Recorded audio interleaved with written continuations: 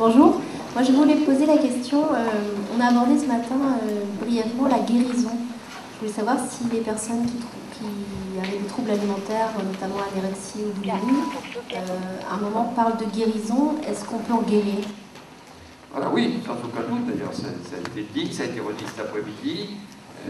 Justement, Catherine Hervé a dit ce qu'elle entendait par guérison, c'est-à-dire que, voilà, dans un domaine comme celui-ci, qui touche une question qu'on a aussi posée, la personnalité sous-jacente, est-ce qu'il y a un trouble de la personnalité? Alors, bon, on y reviendra, mais on voit bien qu'il y a des vulnérabilités qui ne sont pas en soi pathologiques. C'est une chance, les vulnérabilités, ça peut être une chance, c'est un risque. Je pense que beaucoup de créateurs, de gens qui, à tout point de vue, hein, dans tous les niveaux, ont une vulnérabilité qui presque les contraint à agir, à faire des choses, à créer, à innover, parce que voilà, il le faut, c'est presque quasi vital, et ça peut tourner vers la destructivité. Je crois que notre grand problème, c'est ne pas faire qu'on s'enferme dans la destructivité. Donc, la guérison, c'est quand on sort quand même de la destructivité et de l'enfermement. Et je crois que ça a été, c'est bien dit par Catherine Hervé, c'est-à-dire le côté enfermement. Si vous pensez toute la journée à vos calories, c'est l'enfer, quoi. Puis c'est un appauvrissement. Et c'est pas un choix, c'est une contrainte. Alors, vous vivez mieux, ça ne veut pas dire que vous n'avez pas quelques difficultés ou quelques crises. Vous pourrez sentir que vous êtes beaucoup mieux. Bon, je voyais, je l'ai raconté hier à la librairie Dialogue, que j'avais suivi comme ça un jeune patient qui avait une schizophrénie très sévère, une forme catatonique, qui avait été mon premier patient en 1968, en arrivant dans le service dans lequel je suis resté jusqu'à mon départ, on arrive encore à la fin de mon internat. Donc je trouve ce garçon avec une catatonie, c'est-à-dire cette raideur comme ça du corps, qui est exceptionnelle, on ne voit plus guère maintenant dans la schizophrénie, et qui avait la chance d'avoir plein d'amis, et qui donc avait des compétences, des potentialités, qui a fait une forme donc grave de schizophrénie, il a dû avoir des électrochocs, il a dû avoir un problème neuroleptique, il était violent, assez désorganisé, a voulu faire du théâtre, on a cassé la gueule de son metteur en scène, ce qui est quand même toujours gênant quand même. Et puis a réussi au bout de, moi j'ai suivi 10, 12 ans, 13 ans, et après on a toujours gardé un lien. Pourquoi? Parce qu'il y a une relation de confiance, quelque chose d'important aussi, c'est-à-dire qu'il m'a toujours envoyé une carte postale du Festival d'Avignon où il allait, où il retrouvait ses copains. Tous les ans, depuis maintenant 69, depuis 40 ans.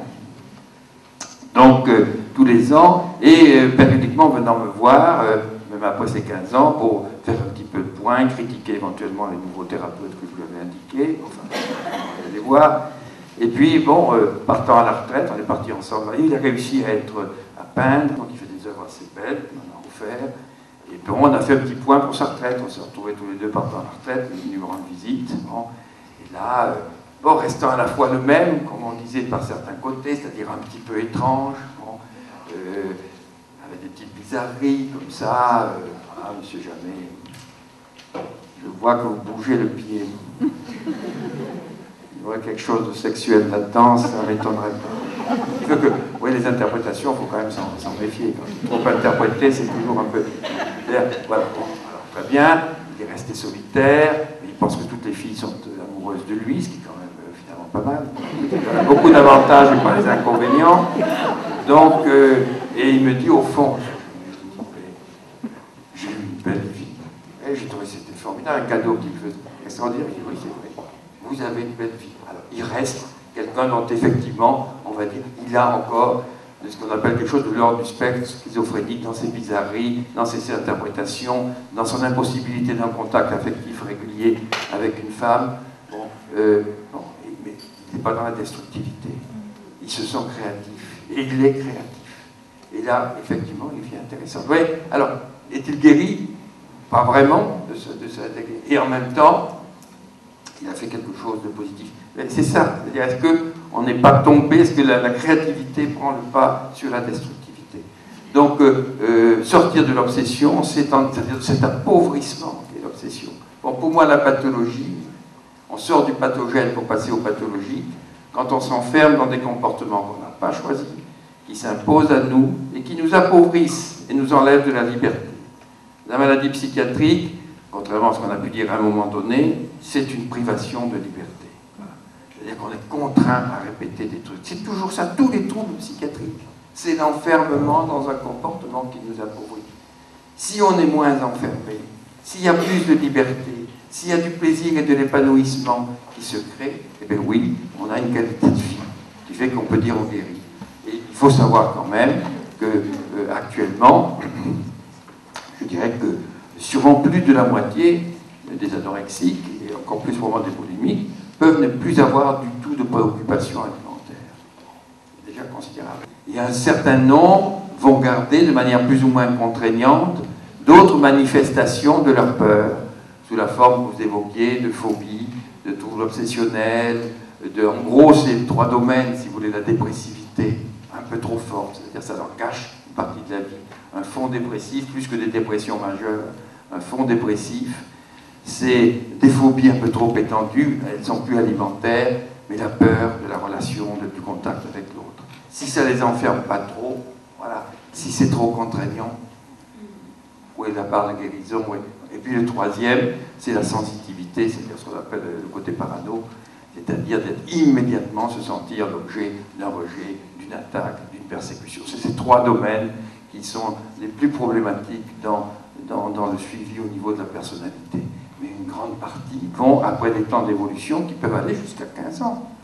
Donc je cite toujours ce cas que j'ai suivi en 70 à l'hôpital. Pendant 10 ans, il y a eu 30 hospitalisations. Ça se faisait en endocrinologie, 30. Et moi-même, ça m'énervait beaucoup que l'endocrinologue, à chaque fois qu'elle remaigrissait, la reprenait pour la regonfler, elle ressortait. Je dis quand même, il faudrait la laisser en paix. Je pense qu'il avait raison à l'époque. Et moi, je m'occupais de sa psychothérapie à ce moment-là. Et au bout de 10 ans, elle m'a dit, je ne suis plus anorexique. Je ne comprends pas comment on peut être anorexique. Je le voudrais, je ne le pourrais plus. Textuellement, je me souviens, elle n'a jamais plus été anorexique. Elle n'a jamais eu de problème alimentaire. Alors, qu'elle ait après des problèmes affectifs dans son soi marital, dans ce qui l'a amené à entreprendre une thérapie par la suite. Mais je dirais, voilà, c'est la différence entre un certain mal-être ou difficulté à vivre qui fait partie quand même de la vie humaine, de manière plus ou moins importante, et un trouble dit psychiatrique qui est toujours et qui n'est pas du même ordre. C'est là où je pense que la psychanalyse, si vous voulez, à un moment donné, emportée par son élan, n'a pas assez fait la différence entre, en effet, avoir un mal-être contenable, qui gêne notre qualité de vie, mais qu'on contient à l'intérieur de nous, ou avoir des troubles du comportement ou des symptômes qui sont le signe d'un, ce que vous disiez ce matin, à mon avis, d'un débordement. Ce n'est pas un choix, ça nous déborde. Bon. Et c'est une réponse automatique, émotionnelle, à un débordement émotionnel, en fonction d'un certain nombre de facteurs qui vont expliquer que ce soit telle forme de trouble ou de symptômes qui apparaissent plutôt que telle autre, où la génétique, le culturel, les traumatismes infantiles jouent une part plus ou moins importante dans le choix, entre guillemets, de ce symptôme qu'on ne choisit pas. Mais avoir des tocs et avoir des petites ruminations ou des problèmes de culpabilité, c'est pas la même chose. Ouais. Avoir une phobie et avoir comme ça des craintes et des anxiétés qui nous font avoir envie d'éviter les sources de cette anxiété, c'est pas la même chose. Ouais. Et c'est pathologique dans la mesure où ça nous ampute d'une grande partie de nos choix. C'est ce que je disais ce matin en parlant du vertige ou des phobies des araignées ou des souris, ou des petits tocs de vérifier si notre serrure ou le gaz est bien fermé, ou refaire les comptes 3 fois. Si c'est 3 fois, bon, si on passe la matinée à refaire le même compte, vous voyez qu'on n'est plus dans le même registre. Et pourtant, il y a une continuité entre tout ça. C'est bien ça qui fait que c'est difficile de faire la limite entre le pathologique et ce que j'appelle moi le pathogène. Donc là, il y a, oui, on guérit des troubles alimentaires. Je crois qu'on guérit des troubles alimentaires. Ça ne veut pas dire qu'on ne garde pas certaines vulnérabilités, mais on peut, cette vulnérabilité aussi, les dépasser, les surmonter et en faire une richesse. Donc il n'y a pas une fatalité. Je crois que c'est le propre, au fond, de tous les troubles. Oui, on peut les surmonter. Et cela en particulier. De même qu'on peut arrêter de se droguer, on peut arrêter de fumer, on peut arrêter d'avoir d'être contraints à recourir à la boulimie ou à l'anorexie. Et je dirais que c'est quand même maintenant la majorité, depuis qu'on s'en occupe, comme on le fait, et qu'il y a moins de morts parce qu'on sait mieux s'occuper d'eux quand ils sont en grande difficulté, et en particulier les réalimenter.